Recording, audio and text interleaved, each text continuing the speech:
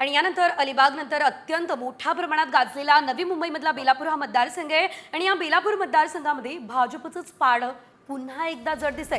पुन्हा एकदा का बरं? तर 2019 मध्ये सुद्धा या ठिकाणी भाजपचंच पारडं जड होतं. इथले संभाव्य आमदार कोण आहेत, कशी लढत होतीये तन्मय बघूया.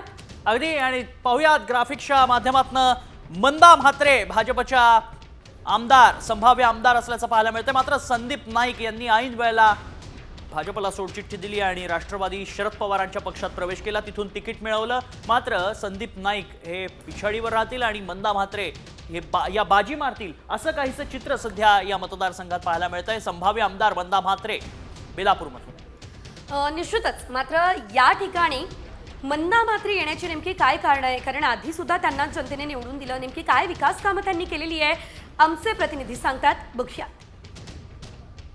संदीप नाईक यांनी अचानकपणे केलेली बंडखोरी आणि पक्षाला सोडचिठ्ठी देत राष्ट्रवादी काँग्रेस शरद पवार गटामध्ये पक्षप्रवेश केल्याने अनेक कार्यकर्ते आणि नागरिकांमध्ये देखील एक रोष जो आहे तो आपल्याला पाहायला मिळतो आणि मंदा म्हात्रे यांच्याबद्दल काहीशी सहानुभूती या मतदारसंघामध्ये आपल्याला पाहायला मिळते. त्याचबरोबर विजय नाहटा आणि मंगेश आमले यांनी केलेली बंडखोरी याच्यामुळे होणारं जे मतविभाजन आहे त्याच्यामुळे कोणाला नक्की फायदा होतो हे पाहणं महत्त्वाचं आणि त्याच्यावरतीच विजय जो कोणाचा होईल हे ठरताना आपल्याला पाहायला मिळत. संदीप नाईक यांनी प्रचारात मोठी आघाडी घेतलेली पाहायला मिळाली.